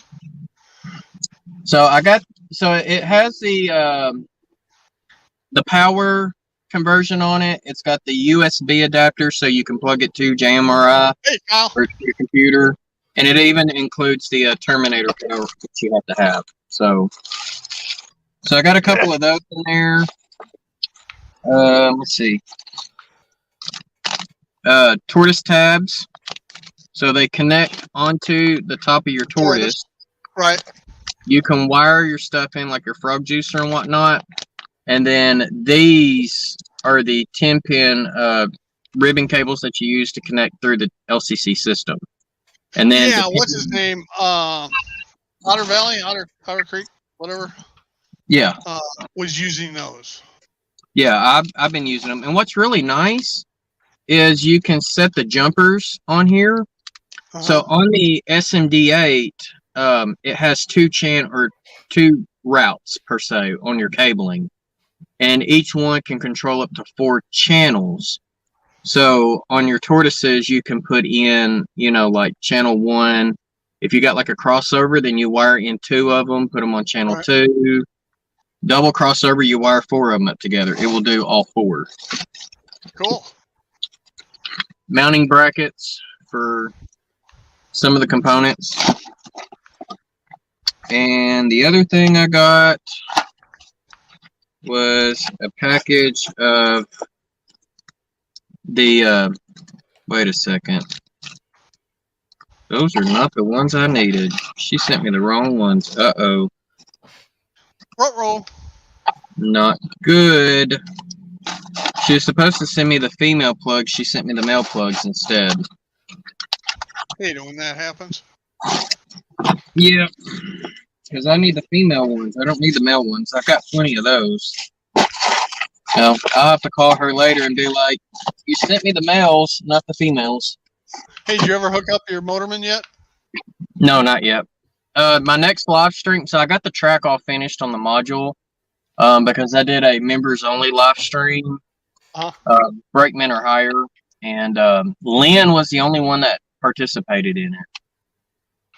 But I did that and got the flex track and, all installed, tested, with the locomotive and with a piece of rolling stock, no derails. Cool. So, that's a good thing, right? Yeah. Next thing that I'm going to do on the live stream is starting to wire everything up. But what I need to do is get my coils, wires pre-soldered on the coils. So that way when I start running the feeders and stuff through the coils, it'll already be done. So that's the next thing I've got to do. Lynn, I don't know who's more of a MacGyver, Jason or Heath.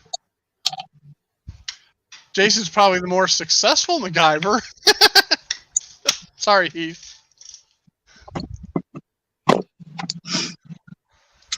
Yeah, I can't even see chat. If I see chat, then I can't see what's going on the screen. Here's what. Yeah. Oh, MacGyver with all that stuff. Yeah. So. And Well, and so something else I bought yesterday. So, and I have to give huge props to Dick Bronson because, like, he's filling me in with so much information on things, on how to kind of redo things to make things more, built for a bigger layout. Jameco sells these power supplies, and he said, create bus lines. For example, stop buying all these little individual power supplies, but they make, different type of power supplies. It's from Meanwell Electronics, and they have what they call DIN rail mounted. So you have this rail that's mounted on your wall, and the power supplies just snap onto it. Power supply goes bad, you take that one out, replace it with a different one. And so I bought one of those just for the LCC system. He said, don't even use, the power plug. He said, create a 12-volt bus. And he said, just for your LCC system, because you have to have a way to power the tortoises through the SMD8. And so, of course, your SMD8s are going to be spread all out through the layout. So he said, build a 12-volt bus there. And then he also told me, since I'm using Woodland Scenics Just Plug lighting, he said, do the same thing. Get a 24-volt power supply. And they have all different type of amperages, too. So, and he said, do the same thing with it. Run a 24-volt bus line, and then you have feeders pop off of it that go to your expansion ports or your light hubs or whatever you're using. And I'm like, that makes a lot of sense. Just spreading, and then of course it's all going to be wired into one surge protector that's wired into an electrical outlet with a light switch on it. So that way when I turn the layout on, everything comes on, turn the layout off, and then, Why don't you use a smart switch? I could do that too. That's what I've got mine set up like. Like a smart switch, like through Alexa. Yeah. I mean, yeah, that's possible as well. So all I have to do is say the A word and trains on, and everything comes on. Plus, you can set it up. I have mine set up on a schedule. All right. Yeah. So the layout comes on at 5:30, and I said this earlier, so some people have already heard it. But layout comes on at 5:30 in the morning. Yeah. And the lights in the room come on at 6:30 in the morning. Everything else is like all my additional power supplies for like lighting, etc. Lighting, a 16-volt power supply for smoke generators. All of that is secondary into a power strip that's hooked into the original smart switch that Alexa controls. And then the pigs and cows are also on that too. So, that's cool. Yeah, everything's controlled on a smart switch out here. The two main ones are the room lights, not the layout lights, and then the layout. Okay? And then everything else, like I say, is secondary to that, to one of those two. So, and what Dick was also telling me about these power supplies, he's doing it for a club in North Carolina somewhere. I don't know exactly where. I know they live in Waxhaw, something like that. And he was saying, if you go and look up the price, because they have an NCE ProCap, same system that I have. He said, if you go and look at the price on NCE's website for the power supplies, for either, for any of the boosters and whatnot, they're like $90. Yeah. He said, if you go with this DIN rail power supply, he said, not that, it helps make your wiring a little cleaner because you don't have something having to sit on on a flat surface. It's mounted on the wall. But he said you could literally buy 3 of them for about the same price that you would buy one from NCE. Right. And I said, that And makes a lot of sense. So when one of mine goes bad, what do you think I'm going to end up doing? I'm going to pop in another DIN rail, right on it, right beside, my LCC one, and cut the wires off the old one, throw the old one in the trash, and then, I got whatever I need to make it work. smart switches don't work with a rope and 2 tin cans either, Robert.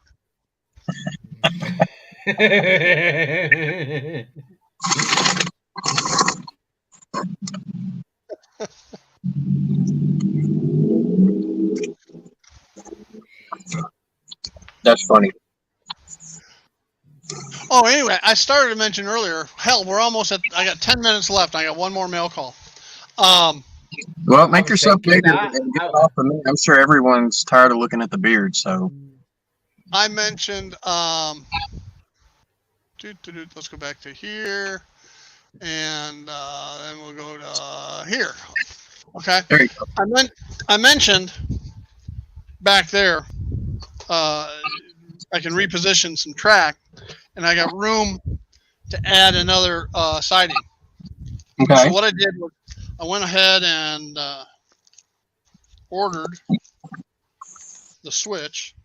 So I got the Pico SL E87 switch, which is the Electrofrog, and yeah, it's the Electrofrog. Anyway, What is that? Is that the number 5? They don't do it that way. They just do short radius or large radius. All right, and this is the large radius. Okay, I think that's comparable to a number 6. Probably. Because I got a medium radius. I got the medium radiuses one for that little crossover over at Wilson and Company on my layout, and those are equivalent to number 5s. Yeah, these are. I know they're bigger than number 4s. That's for sure. Yeah. Anyway, here nor there. It'll fit, and you can't see me, back down under there. Okay. All right.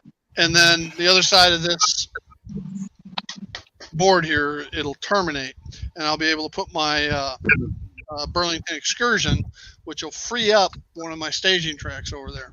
So, and I have one Smail left from the 12-pack I bought last time. So when I was doing the Aurora yard. So anyway, that's my final mail call for this week. So, because you're using the frog juicing capabilities on those electro frogs, Yep. I noticed there's like a couple of little wires that go from the frog to like where the points are. Yep. And then of course there's a wire that comes from the frog that you can run under your layout. Are you clipping those 2 wires between the frog and the points? Or to run that frog through the juicer, or how are you doing that? I'm just curious.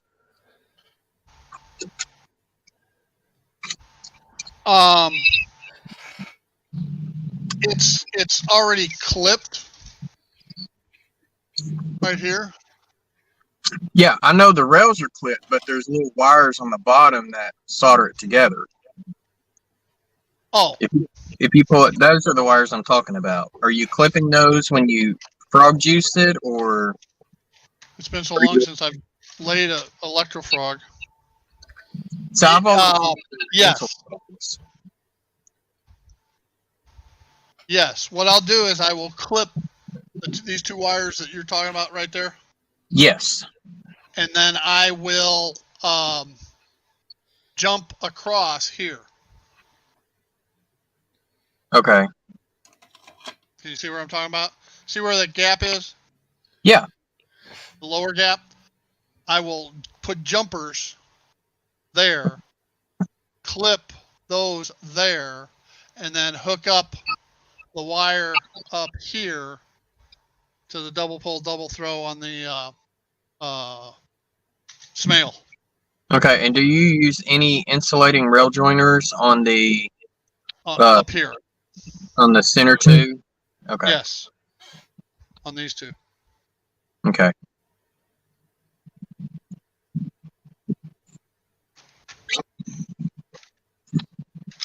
Because like I I said, only have I've got mine set up as two of them set up as a crossover, but I haven't, did any type of hookup on it. The only thing I've done was taken the spring out of the switches because you can't use tortoises with that spring.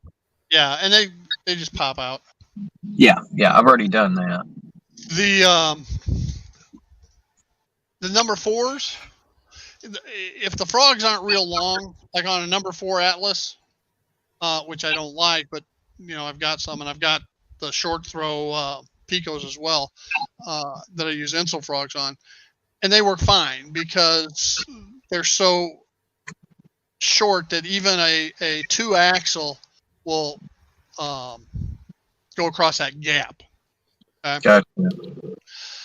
But when you get into the larger radius ones, like the big Atlas curved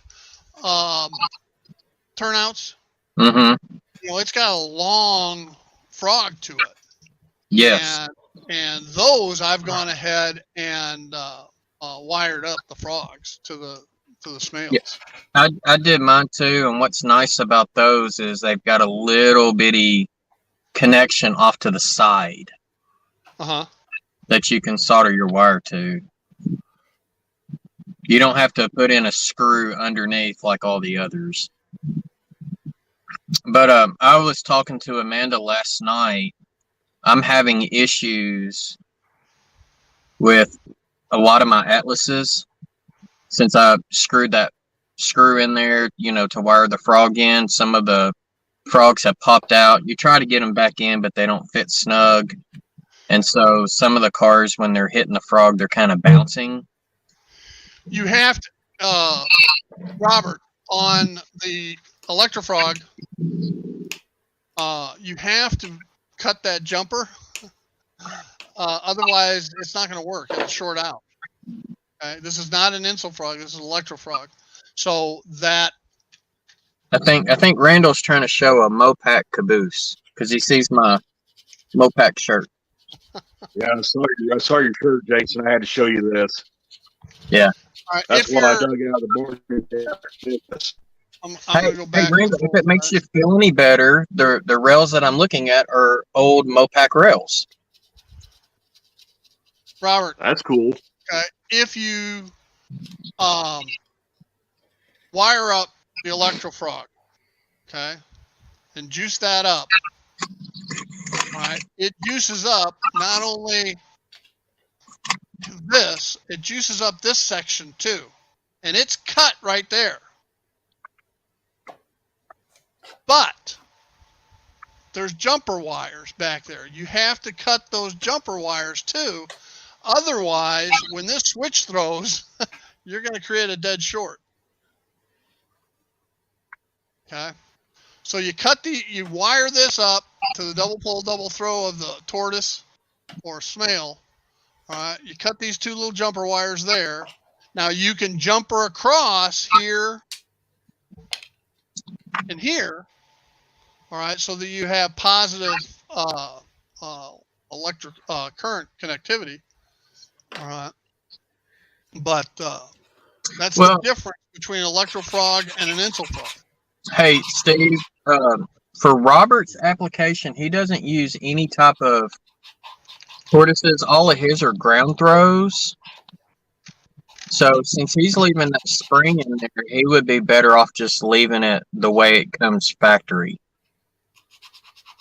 Yeah, as an Insel frog? No, it would still make it an Electrofrog. It's just the power comes through the points instead of through the frog. So for Robert's application, since he's not using any type of frog juicers or anything like that, he would be better off leaving it the way it comes. Since me and you are using frog juicers, that's why I was asking you about clipping those two little wires. Yeah, if you're using frog juicer, you definitely have to clip the wires. Yeah, but Robert's not. And the only reason I know that is because I've seen his layout a handful of times. But then you could not put the jumper on either. If you did that, you can't put that jumper on. No, look at the back of the packaging. It explains exactly how. Yeah, you would not be able to put the jumper across here. Right. That's correct. Right? And I personally, I would never rely upon the points for electrical current flow. Yeah. I've had over 50 years nothing but trouble trying to do that. But I think as long as you leave the spring in there, it's fine, because the spring really holds it over into the stock rail. But, you know, like me and you, we take that spring out. Yeah, I wouldn't trust the tortoise doing it. Over time, the points are just a very poor, even with the spring, because that's the way Atlas switches were forever and ever. You know, they relied upon the points. Yeah, the number 3s are horrible. They're just terrible. So I do. If there's a way to improve electrical conductivity, you know, I'm going to utilize it. Yeah. It's just I don't want the headaches down the road. Right. That way, the only locomotives I really have any problems with are the 2 axles, the short stuff, and switchers, and when I got those 2 Walthers ones, all right, with the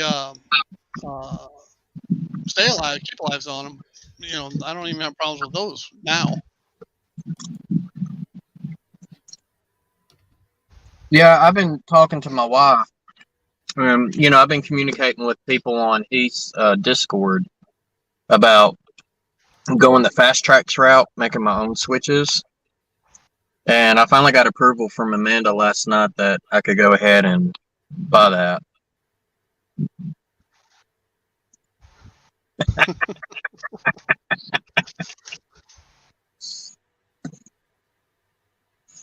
All right, guys, I'm past my 2-hour limit. So. No, I've noticed that, Steve.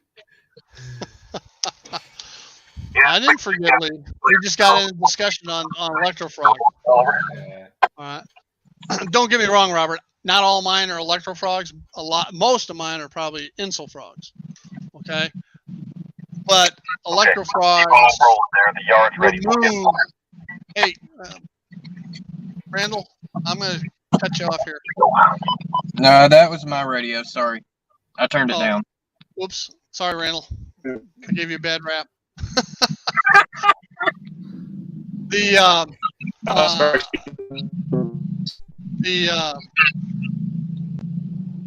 If you do Electrofrogs, and Robert, you're not using Smales or tortoises that have the built-in double pull, double throw.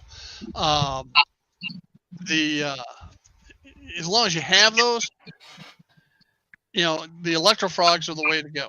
All right, there is no possibility of a dead spot on an Electrofrog.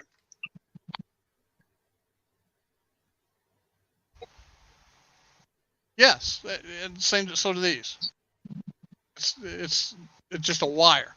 All right, but the problem, and so do Atlas switches. But there's still some bad areas. I've had multiple cases on here. Let me pull this out again, where an engine will short out.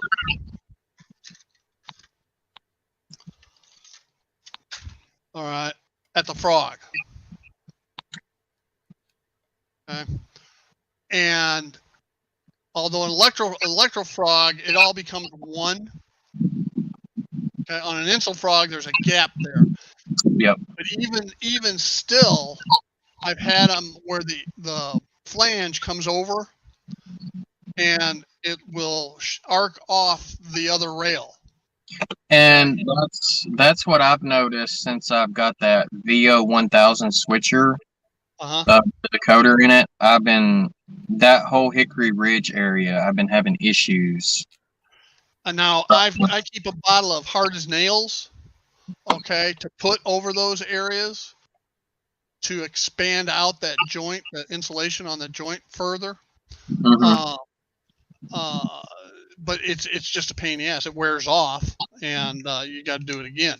With Electrofrog, you don't have that problem. Okay. They solved the only thing. Now I wish I had the Unifrog. Okay, because the Unifrog is like the Electrofrog, except it's got solid rails. I'm no, gonna get off anyway, Steve. I need to go and get stuff done.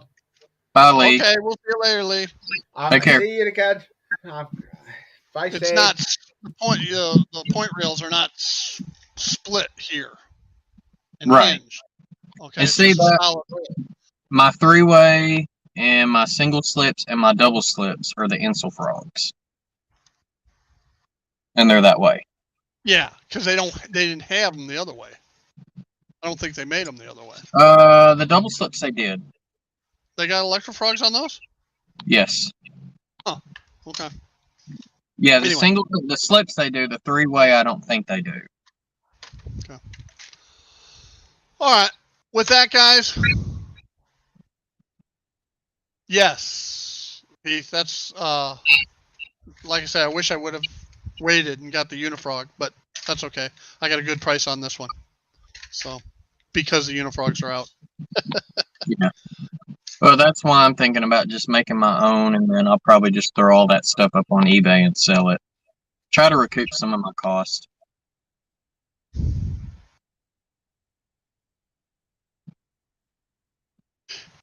Yeah, I saw that. You aren't the only one that had problem with those, Robert.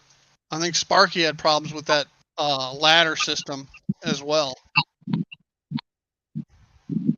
Yeah. Yeah, the Walters, which are like you point out, the Shinoharas, those are great switches. Oh, absolutely. The only thing about Walters is they don't make code 100. It's all 83. Huh. Shinohara made code 100. Well, they'll probably eventually carry it. They're probably just bringing on the 83 first. They won't, because their building kits, the foundations that use the rail to go in it. You're right. They're all 83. Yep. Yep. So Central Valley. I called Walters and talked to their salespeople about it, and they basically said that we have no interest in doing code 100 because code 100 was not really designed for U.S. rail, except for there was one railroad in the Northeast, I don't remember which one, that used a heavier rail than what's typically used today. And then the other thing with code 100 is it's actually more double O gauge than HO. And that's why the Pico code 100 sit a little higher than the, not Walters, but like Atlas code 100 Yeah, switches. There's a difference, so that's for sure. Yeah. And it's I have to file one or the other. I can't remember which ones. It's the ties. The ties are thicker on the Pico, and that's because Pico, being a UK company, was really designing the code 100 for double O gauge, not for the US market. So yeah, that way they would be bigger, wouldn't they? Yeah. Because code double O is 170 something. I think it's 176. I mean, of course, you would know, but. All right. Well, anyway, hey everybody! I want to thank you all for joining us here on the Retirement Railroad. All right, I'll have more tip of the days next week, including more on building Aurora and a few other tidbits here and there. So, anyway, thanks everybody. Thanks, Jason. See y'all. Take care.